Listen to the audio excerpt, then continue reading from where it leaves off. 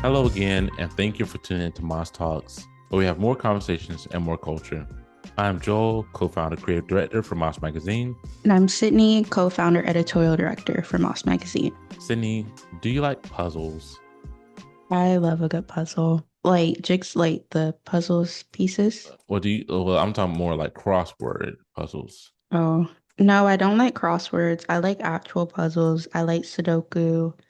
Um, I like word searches. I like anything but a crossword because I'm not good with thinking of words on my own, and then I also can't spell. So I love a good crossword. I love them. What do you? What's the ones the New York Times has with to find the word? Is that called a the crossword? strands, Huh? it's like strands, I think, or strings. It has like a thing, and it has like black boxes to I don't know the name of it. It's Maybe like that is a crossword. I don't know about the black I think boxes. it might be a crossword because I know, yeah, it is a crossword because I'm thinking of a word search in my head when I say that. But yeah, I love a good puzzle. I love all of them. I like thinking of words. I like finding that mystery. Yeah. Well, I got a dictionary for Christmas. So maybe by the Oh, end of this year I'll have more words in my head and I can be better at the crosswords. do you remember that guy who guy's name? I think it starts with an A. He's on YouTube and he says, "Read a dictionary," and then like he does the little thing. Have you seen him? He's so funny. I don't think so. I gotta share him with you. Like he's goaded. He's one of like the YouTube OGs. Like if you've been on YouTube and you find funny content, he was hilarious. And I'm not saying that like in my humor. I'm saying hilarious to the general public. Maybe I have to see his face. I might know him. I used to Hmm. be on YouTube, in the early days. I don't know So his I probably nationality. know him. I don't know his nationality, but he looked black. But yeah, Mm. hilarious dude. But um, I have yet to do the wordle for today. That's why I Me thought about too. puzzles. Oh, yeah. I think right now I'm on a 5 day streak. I don't Yesterday know. almost took me out, not gonna lie, but I got it. I just be Six doing. tries. I just do it to be competitive with you. But it's not fair because you do yours in the morning and I do mine's at night. Well, I'd be bored. Well, when else I'm gonna do it? I feel like we should be doing it at the same time for a real competition. We each have the same 24 hours. Mm-hmm. Okay. Because literally, when I come home, I have stuff to do. So And when I wake up, I have stuff to do, so I can't do it till the end of the night when I'm relaxing. we both have the same 24 hours. Different schedules. Moving on to our next segment, we're going to talk to a talented individual, great photographer. Be looking out for that segment because it's a great conversation. Thank you. Good afternoon, and thank you for tuning into Moss Talks. Today, we have the pleasure of speaking with Mr. Oak, a photographer who captures surrealist beauty. Thank you, Mr. Oak, for joining us today. Privilege, man. The pleasure's all mine. So first off, there's a dreamlike quality to your work. So can you describe how did you find your style? Yeah, so I kind of came about it through experimentation. Also, like a lot of influence from like movies like directed by Wong Kar-wai, such as like Fallen Angels. Like I've always liked that soft dream, almost like filmisk kind of look. Mhm. So that's just something I tried to emulate, and that's how I developed my style. Nice, cool. And that definitely, comes through just looking Yeah. at your work. Like I see the softness too. Mhm. What role do storytelling and emotions play in your work? It plays a key role. I usually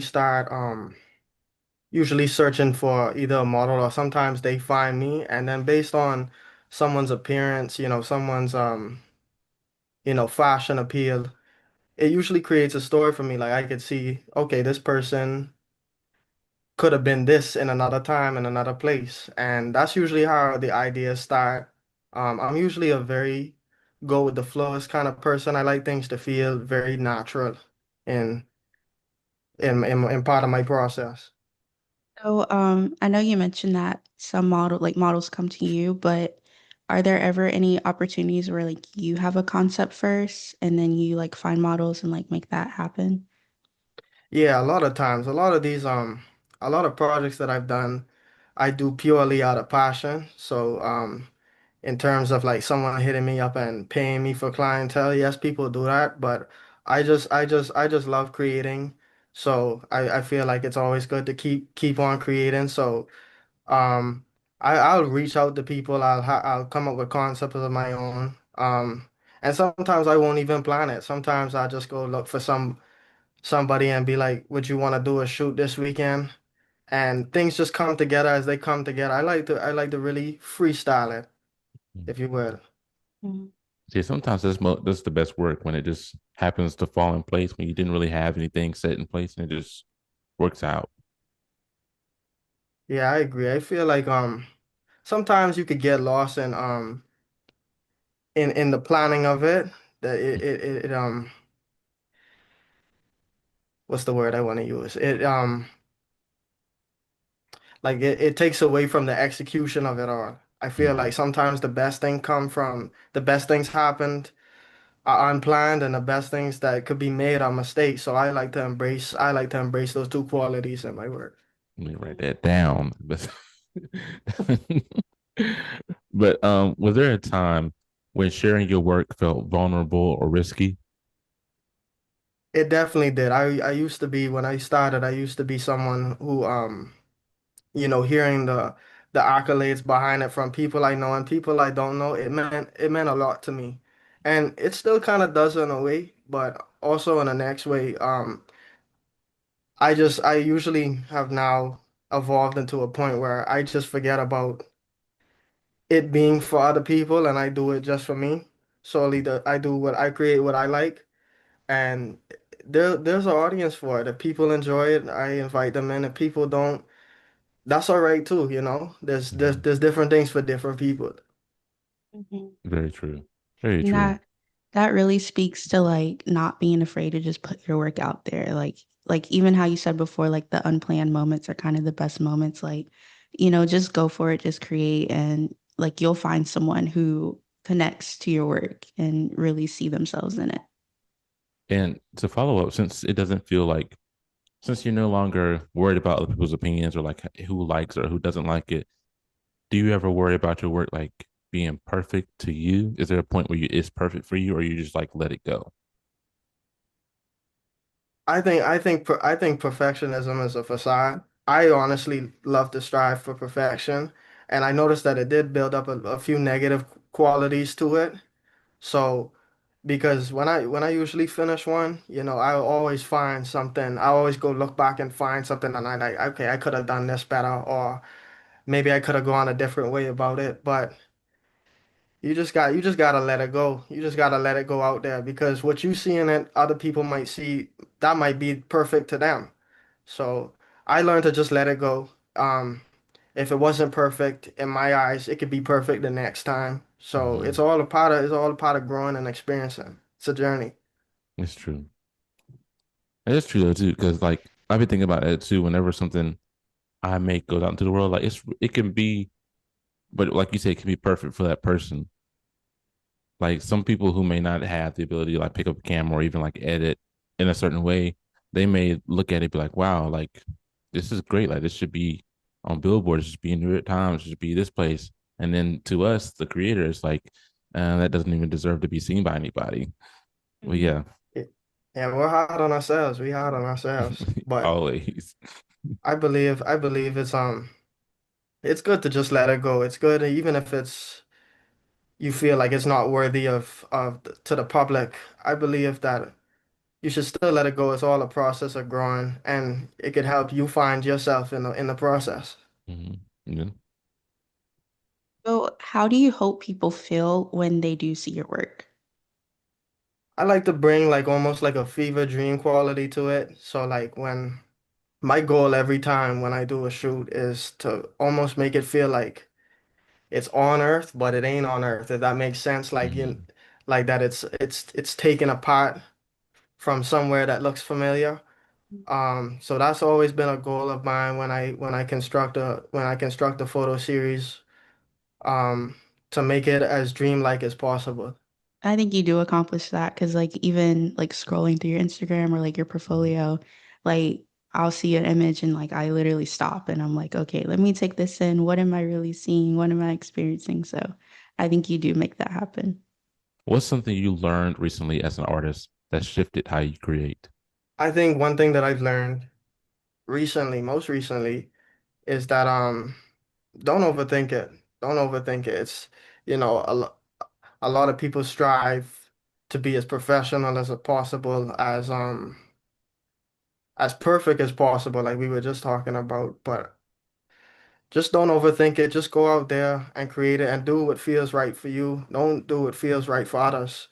At the end of the day, when you're creating art, whether you're an artist, a photographer, a filmmaker, um, this journey is very individualistic, I feel, and that it's about exploring yourself within um another medium such as art.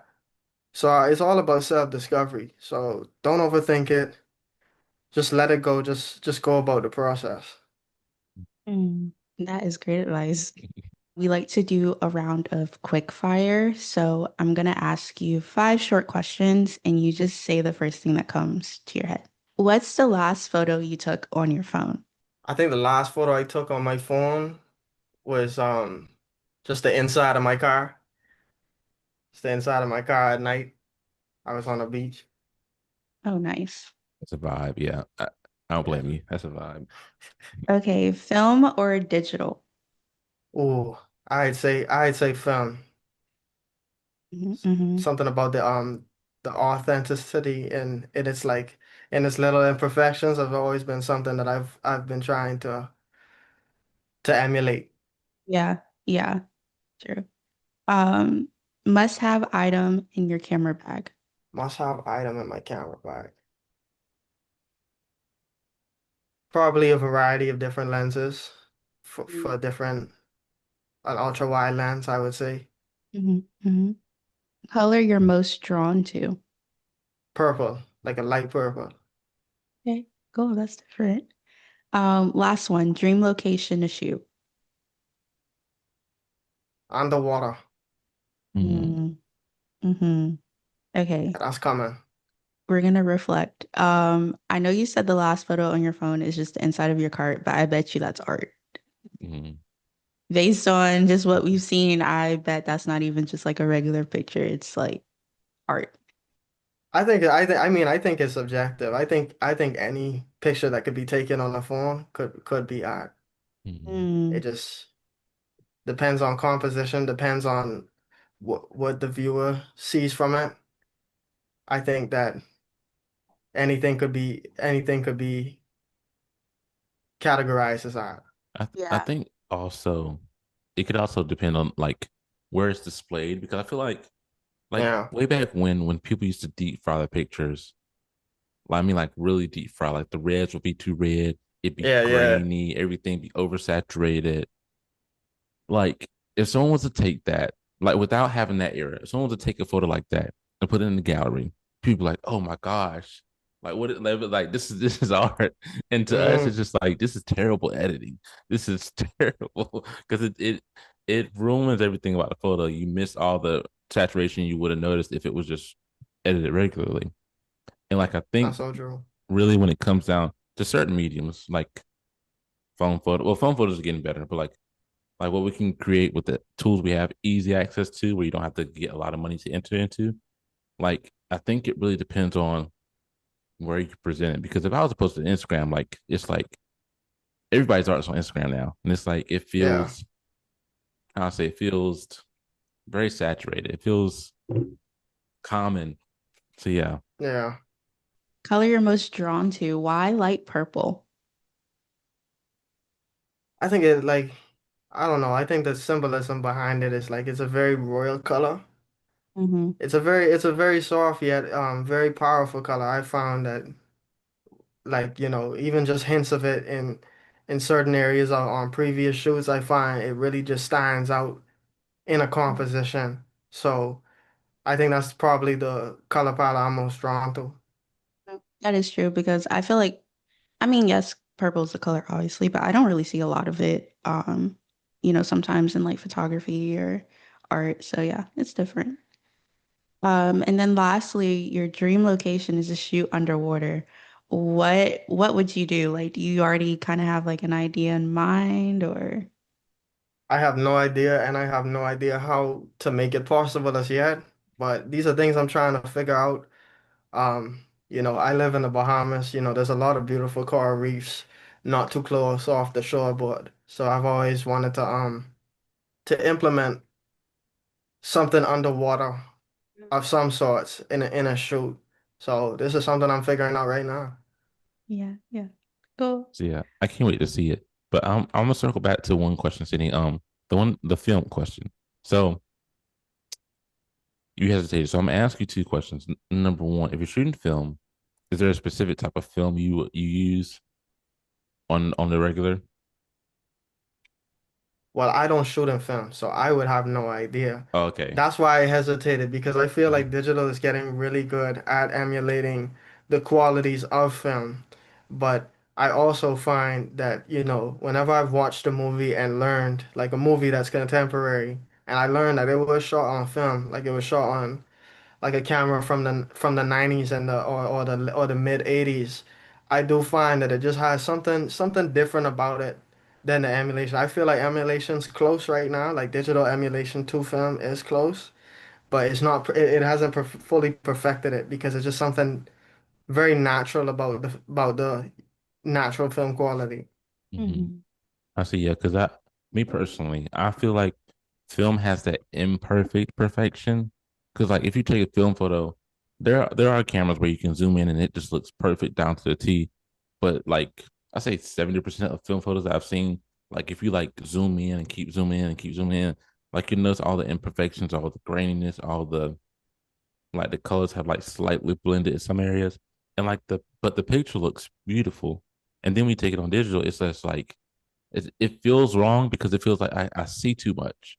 It's like I'm feeling from areas I shouldn't feel from. Like I shouldn't feel from this random corner. I should be focusing on what the artist wants me to focus on. It doesn't feel natural, I say. Yeah, I feel like it feels too polished. It feels Mm-hmm. too polished, and I've always liked that the perfection and imperfection thing because we as humans we ain't perfect, and I think that's why some people are so drawn to film for its little niches and its little imperfections that it provides.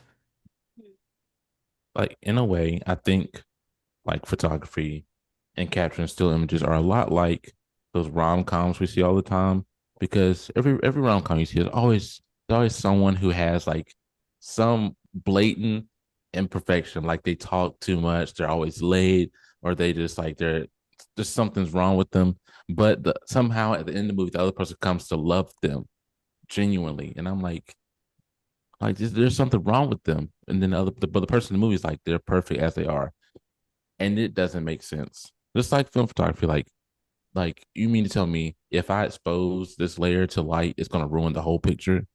I'm like, I don't want that. So I was like, I shoot digital, so I don't want those problems. but Yeah. but I think you kind of get what I'm saying there with that. But wrapping up, those are all our questions. Thank you again, Mr. Rook, for joining us today. And guys, please support him. Go to his website, follow his Instagram. He has great work, like literally great work. Please support, follow, and repost.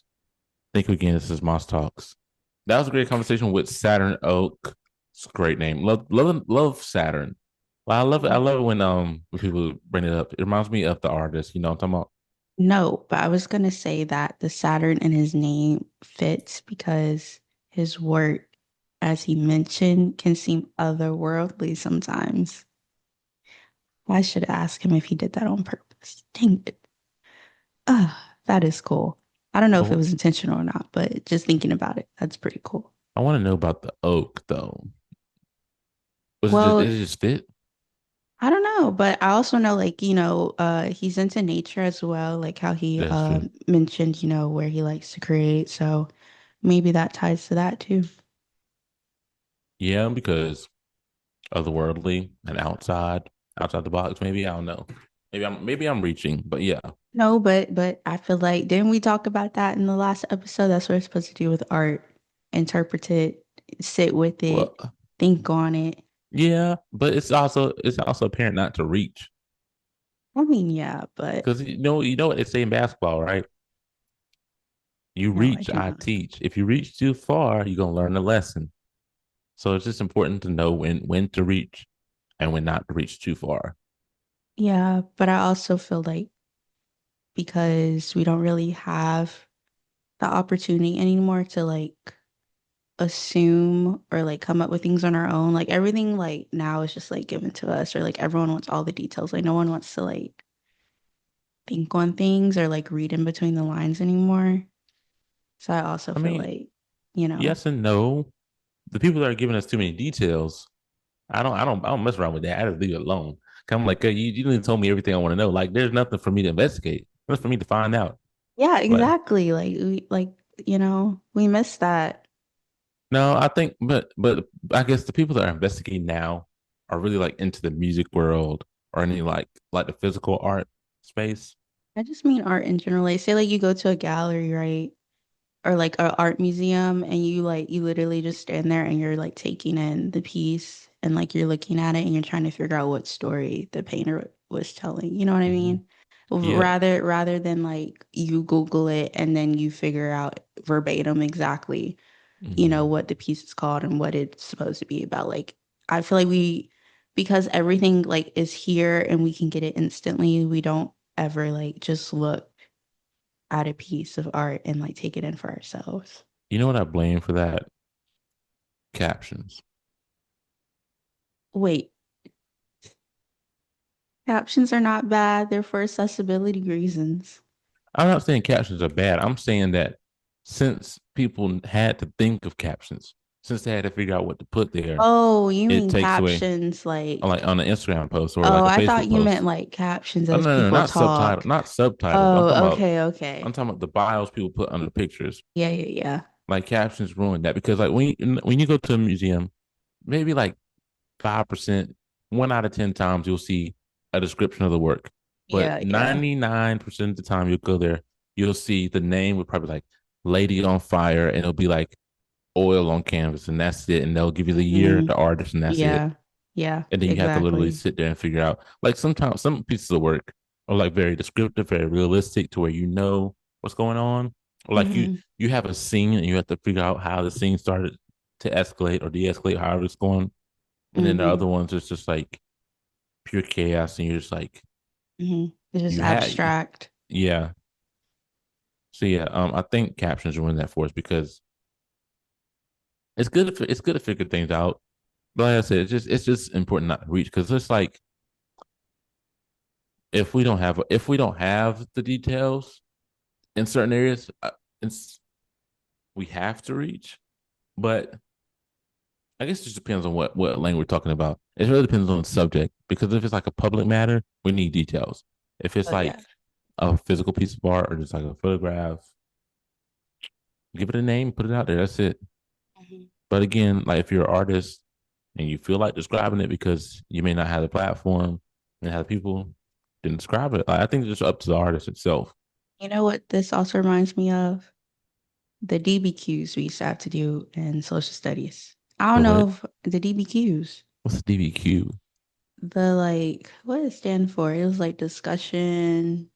I don't know. It's like long questions. Well, not even a long question, but it would be like something history related, and they would give you a picture or like two or three documents, and you would have to know, like, you would have to interpret the picture or the documents, and then there's a question Um, related to it, and then you have to answer it based on what you see and what you like context, like, yeah, so a document-based question, a DBQ, Yeah, is an yeah. essay question found on history exams that require students to analyze historical events and issues Hmm. using provided documents. So yeah, they didn't call them Yeah. DBQs though. It was just a question. Like I Oh. was like, I like, They called them like we would have like whole like 2 weeks on just DBQs and how to do them and how to interpret, documents and stuff. And I don't know if they still do that in school. I hope they do, but like that's an important skill to have. they probably don't because like everything, like I think they don't do that anymore because we have smart notes. I mean, we had that when we were in school. I'm seeing like, but there were other platforms that copied Spark Notes, and then Hmm. became like, oh, we can just summarize this for people. We can make people pay for a summary. But You know what? what made it hard was that you didn't know what documents they would put up there for the question. So like you really had to like it's either you had to like just know your history or you had to know how to like just sit there and interpret and figure out context clues and hope you get the answer right with what you're just given. You know what I mean? Like it's kind of like True. looking at art, like you have to take it in and figure out what the story is. It's true. Yeah. Yeah. But I also think things like that. I miss those. I miss one thing I wish my school had at the time was like debate. Oh, like debate club or I something. love a good debate. Mm, Love a good debate. I don't. Like it's so intriguing, the back and forth, the misinformation, the real information. I mean, it's a real The skill to have. And it like you also have to be a really good listener too. Yeah, and like an analytical thinker, Hmm. because you got to think about the information you're being presented with and how can I turn it or how can I use it to my advantage. Hmm. So yeah. But anyways, back to the issue at hand. We had a great conversation with Saturn Oak. Thank you again, Saturn, for being here. Really appreciate you, the work you do, everything. Like it's amazing. Go check him out, his Instagram, literally every platform, I think. And he has a website as well. Go check out his art there, his photographs. Please support, like, repost, do what you got to do. Like we said last time, you woke up today. You at least got 10% in your body. Use 1% of that to repost. So go ahead, click that button, hit that like. I mean, you played this episode and made it this long. Might as well. Might as well. Go ahead. Go ahead. Let what they say. Let them use you. Let them use you. Go ahead. Go ahead. Go ahead. But anyways, again, my name is Joel from Moz, co-founder, creative director. That's Sydney. This has been Moz Talks. We really appreciate you. Y'all have a good day.